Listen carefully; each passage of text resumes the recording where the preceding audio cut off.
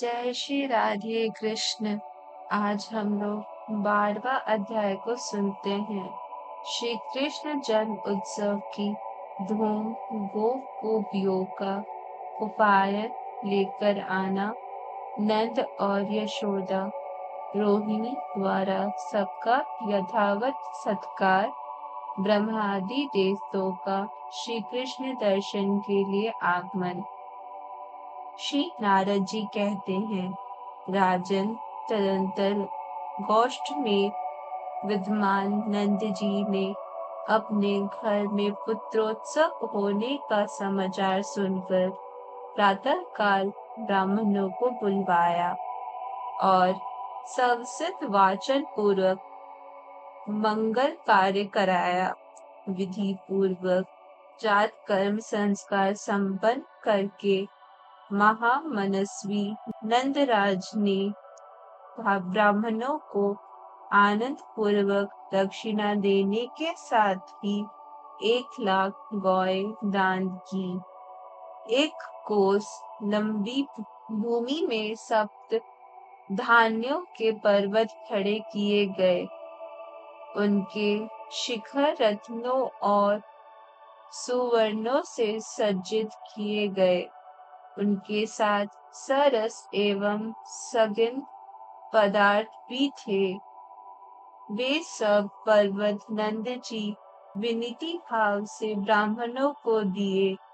मृदंग, वीणा, शंख और दुंदुभि आदि बाजे बारंबार बजाए जाने लगे। नंद द्वार पर गायक मंगल गीत गाने लगे। वारांगनाएं नृत्य करने लगी। पतकाओं, सोने के कलशों, चांदवारों, सुंदर बंधनवारों तथा अनेक रंग के चित्र से नंद मंदिर उद्भासित होने लगा।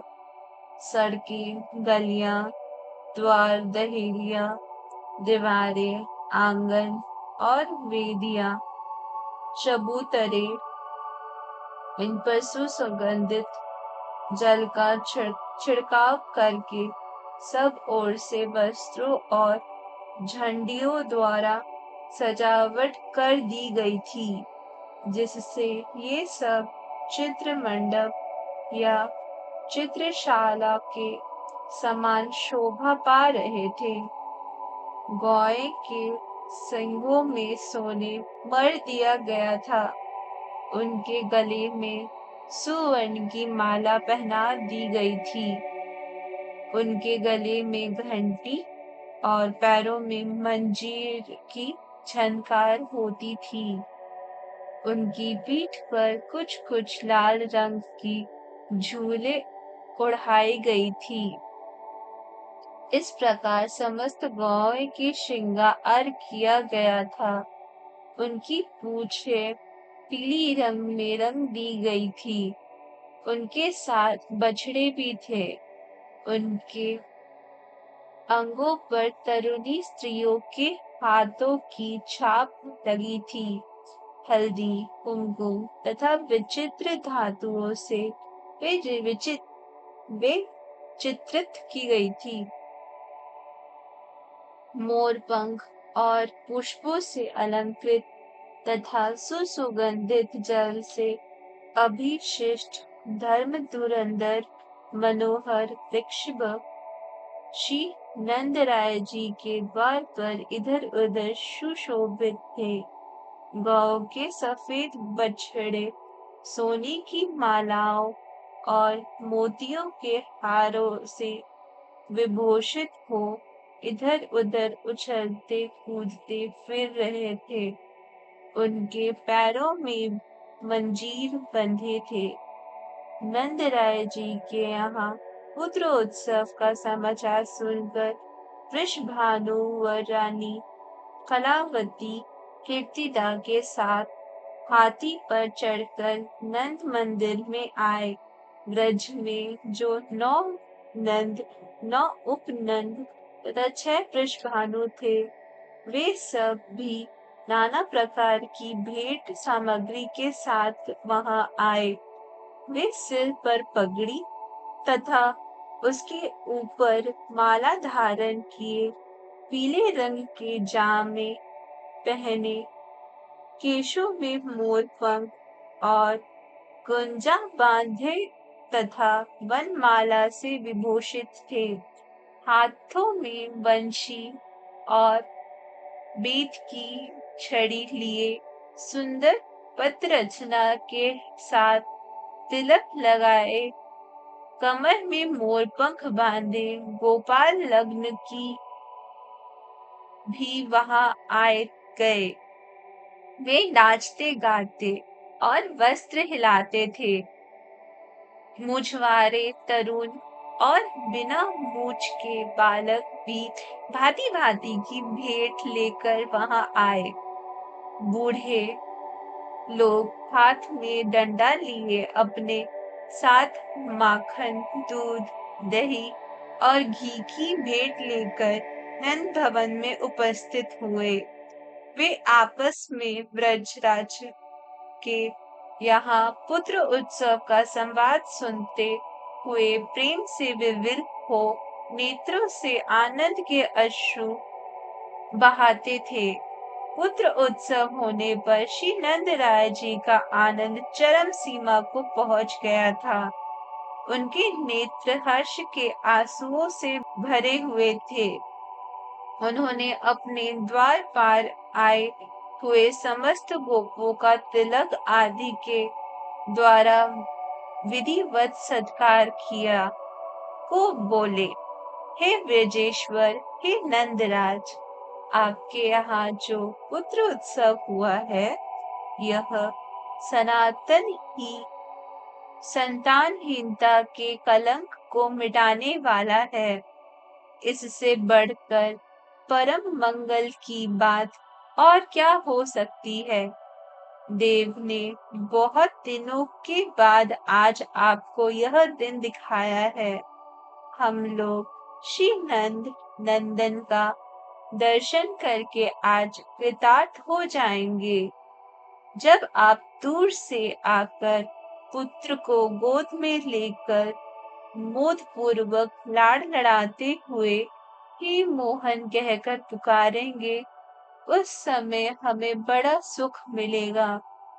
श्री नंद ने कहा, बंधुओं, आप लोगों के आशीर्वाद और पुण्य से आज यह आनंददायक शुभ दिवस प्राप्त हुआ है।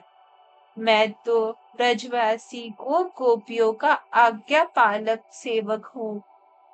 श्री नारद जी कहते हैं, राजन, श्री नंद राय जी के यहाँ पुत्र होने का अद्भुत समाचार सुनकर गोपियों के हर्ष की सीमा न रही।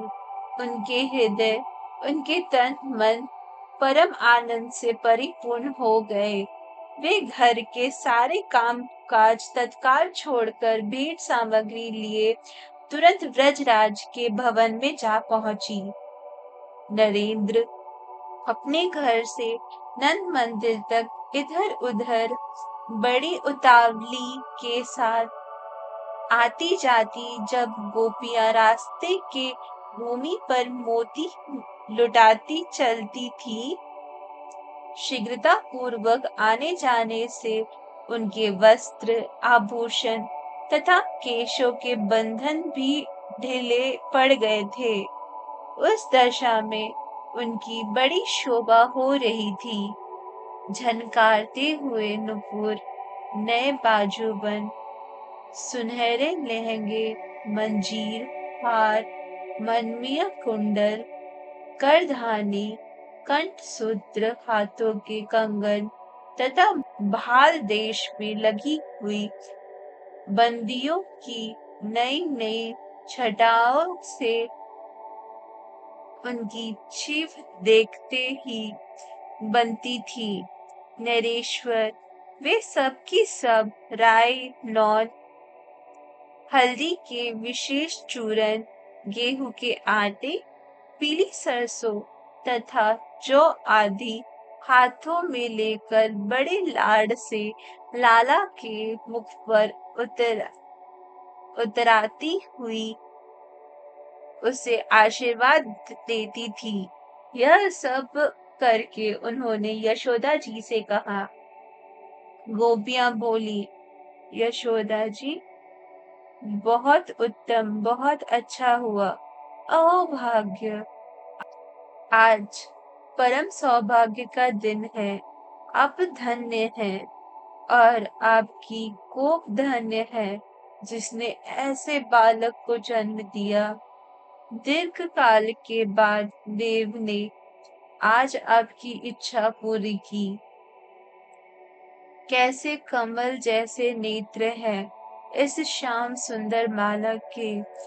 कितनी मनोहर मुस्कान है इसके होठों पर। बड़ी संभाल के साथ इसका लालन पालन कीजिए। श्री यशोदा जी ने कहा, बहन, आप सबकी दया और आशीर्वाद से ही मेरे घर में यह सुख आया है, यह आनंद उत्सव प्राप्त हुआ है। मेरे ऊपर आपकी सदा ही बड़ी दया रही है। इसके बाद आप सबको भी देव कृपा से ऐसे ही परम सुख प्राप्त हो, यह मेरी मंगल कामना है। बहन रोहिणी, तुम बड़ी बुद्धिमती हो, सब कार्य बड़े अच्छे ढंग से करती हो। अपने घर आई हुई ये ब्रजवासिनी गोपियां बड़े उत्तम कुल की हैं। तुम इनका पूजन स्वागत सत्कार करो। अपनी इच्छा के अनुसार इन सब की मनोवांछा पूर्ण करो। श्री नारद जी कहते हैं, राजन, रोहिणी जी भी राज की बेटी थी। उनके हाथ तो स्वभाव से ही दानशील थे।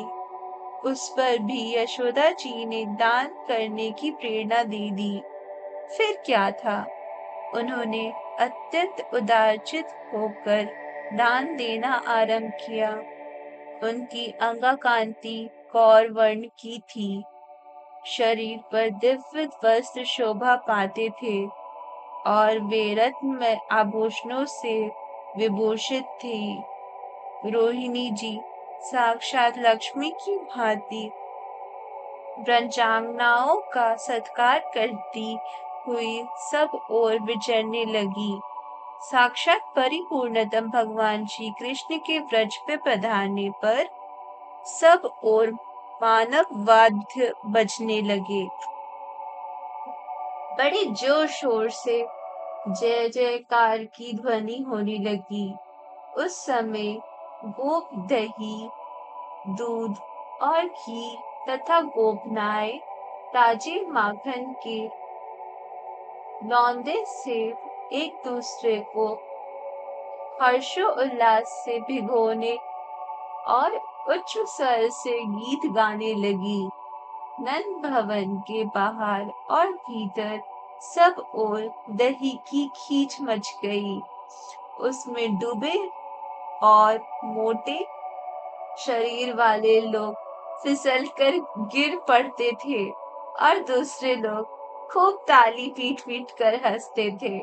महाराज, वहां जो पौराणिक सूत वंशों के प्रशंसक, मागध और निर्मल बुद्धि वाले तथा अवसर के अनुरूप बातें कहने वाले बंदी जन पधारे थे, उन सबको नंद राय जी ने प्रत्येक के लिए अलग अलग 1000 गौएं प्रदान की। वस्त्र, आभूषण, रत्न, घोड़े और हाथी आदि सब कुछ दिया। समस्त बंधुओं तथा मागधाजनों को धनी गोप ब्रजेश्वर नंद राय ने बहुत धन दिया। धन राशि की वर्षा कर दी। ब्रज की गली गली में, घर घर में निधि, सिद्धि, वृद्धि, भुक्ति और मुक्ति से ये लौटती सी दिखाई देती थी। उन्होंने पाने की इच्छा वहां किसी के भी मन में नहीं होती थी। उस समय संत कुमार, कपिल, शुक और व्यास आदि को तथा हंस, दा, दात्रेय, पुलस्त्य और मुझ नारद को साथ ले ब्रह्मा जी वहां आए। ब्रह्मा जी का वर्णन तपत सुवर्ण के समान था। उनके मस्तकों पर मुकुट तथा कानों में कुंडल जगमगा रहे थे। वे वेद कृता चतुर्मुख ब्रह्मा हंस पर आरूढ़ हो संपूर्ण दिमंगल को दैदीप्यमान करते हुए वहां आए थे। उनके पीछे भूतों से घिरे हुए वृष भारूढ़ महेश्वर पधारे। फिर रथ पर चढ़े हुए साक्षात सूर्य, ऐरावत हाथी पर सवार देवराज इंद्र, खंजीर रीठ पर चढ़े हुए वायुदेव, महिषवाहन यम, पुष्पकारूढ़ कुबेर, मृगवान चंद्रमा, बकरे पर बैठे हुए अग्निदेव, मगर पर आरूढ़ वरुण, मयूरवाहन कार्तिकेय, हंस वाहिनी सरस्वती, गरुड़ारूढ़ लक्ष्मी, सिंह वाहिनी दुर्गा तथा गौरूप धारिणी पृथ्वी विमान पर बैठी थी। ये सब वहां आए। दिव्य कांति वाली मुख्य मुख्य 16 मातृकाएं पालकी पर बैठकर आई थी।